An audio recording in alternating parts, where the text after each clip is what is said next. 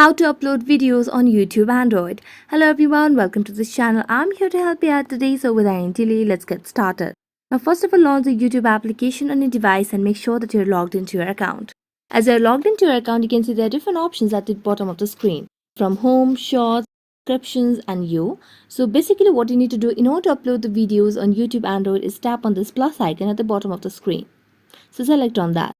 As you select on that, you can see the option of video, shorts, live and post. So since we want to upload a video, we're going to tap on video option. So in order to upload the video, you can now just select any of the random videos or any of the video that you want to upload from a gallery. I'm going to select a random one over here. And then you can trim it, you can adjust the video and then tap on next. As you tap on next, here you can add text, you can add filters, or you can also do a voiceover or add stickers over here. After that, you can tap on next.